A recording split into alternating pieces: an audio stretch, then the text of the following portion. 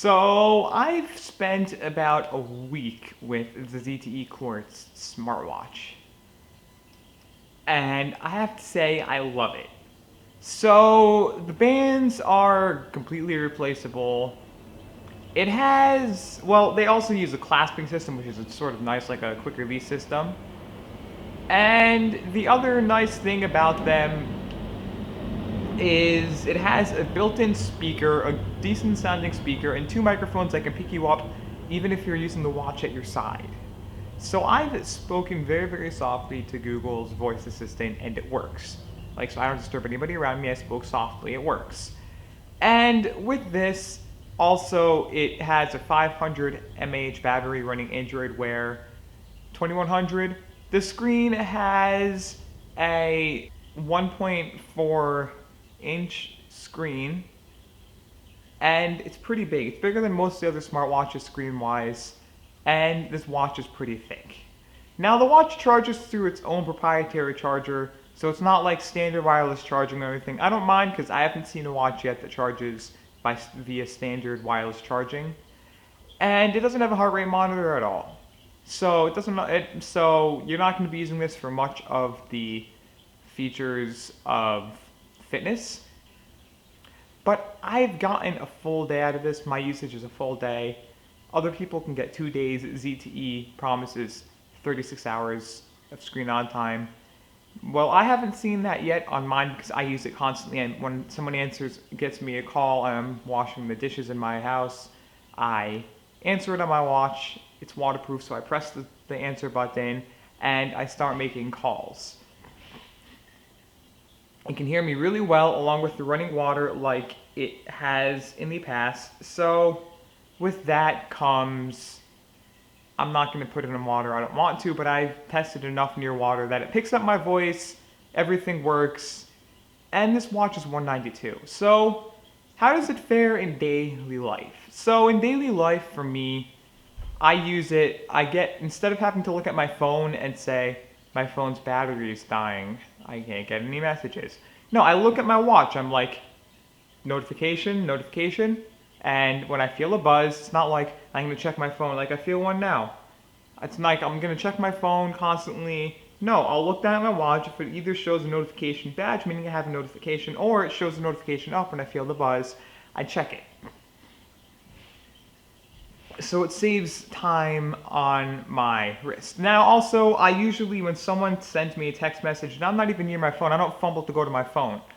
I press reply, I reply to the text message, and that's it. Usually I talk to it, it gets all of my voice is correct, so it can really, really recognize me. It recognizes all of the words that I say constantly.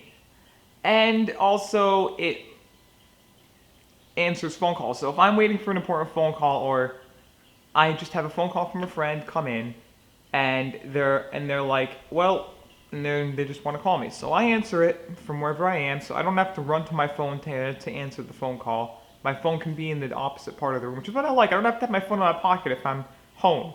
I don't have to have my phone in my pocket constantly. I can leave it aside, so it's not in my pocket. Like, I don't mind it being in my pocket, but at the same time, sometimes I like it leaving it someplace. And I'm getting notifications on my watch right now as we speak. And if I get a call, I'm not going to answer it on my watch right now. But that's that. And also, I find this to be a waste of money because when are you going to leave your phone at your house? Like, you have two different numbers, standalone watches. They won't last you 24 hours, at least battery-wise yet. They won't last you 24 hours of time. So for this watch, it comes with its own SIM card, or you can pay, I think, $5, you can share the number, and it gives you 3G. That's an interesting option to do. That, I'll say yes, because it has this built-in store, you can do more with it, you can get weather, all this other stuff. Sometimes it doesn't sync up correctly with your phone. Happened to me the first time, I just did a reset of the watch and it worked. But in terms of everything, this watch works well. I don't like the standalone watch feature because that means you have to pay $25 a month for service. And with paying $25 a month for a service, it's a waste. Like, you get a separate number You get unlimited 3G that you could pay the $5 for.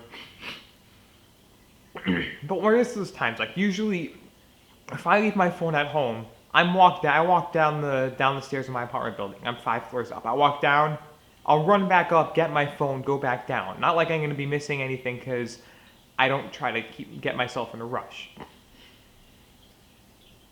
So it's not like I'm gonna need to look at my watch and have used that as my phone throughout the day if I forget my phone. No, I'll have this on my wrist so I don't have to look at my phone, but if I forget my phone, I'm gonna come back and get it. Even if I'm 2 minutes away, I'll come back and get it. It's not like it's gonna be the worst thing in the world. It happened before. I came back and got my phone, even though I had the Moto 360 Sport, and even though that required my phone at the same time. The only time I didn't have my phone on me is they ruined it, but I synced up my phone music to the watch. This was Android Wear 1.0. Now it's on 2.0. I have to figure out how to do that now.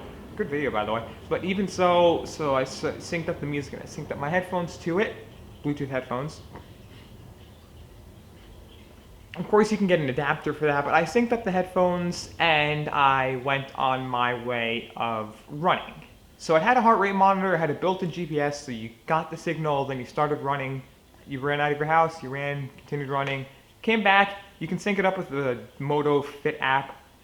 You don't know how useful as well with this. Having the built-in GPS with that 3G, you can do the same exact style, because it's not like a standalone GPS.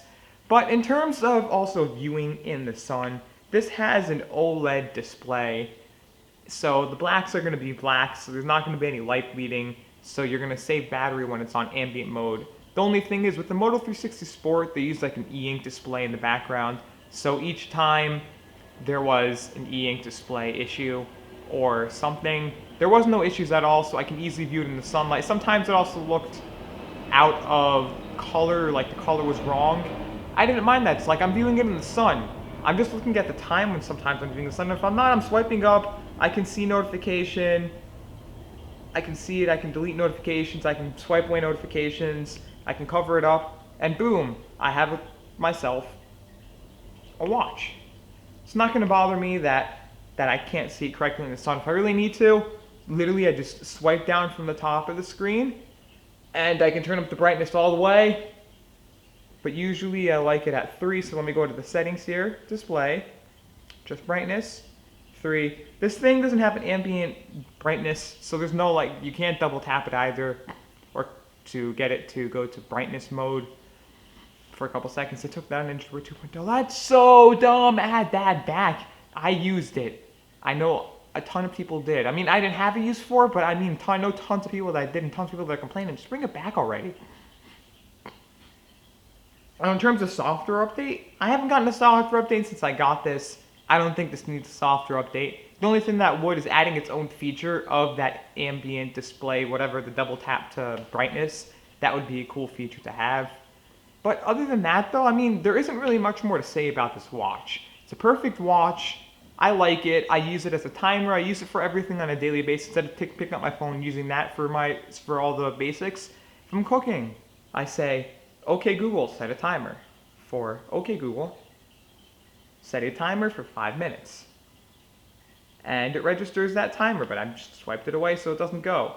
Now that also, when you do it, it has a nice buzz. If you do have a problem with the buzz, there is an app called Wi-Fi is not it. I don't remember what it's called. I have it on my phone, but it's called like Feel the Wear. It enhances the vibration. Definitely need it on this watch, I say, because it feels like a standard vibration when that's like that. And in general, though, I love this watch. I think that you should get it yourself. If you are interested, I just go onto T-Mobile's website or go to the store, pick it up, $192 plus the plan.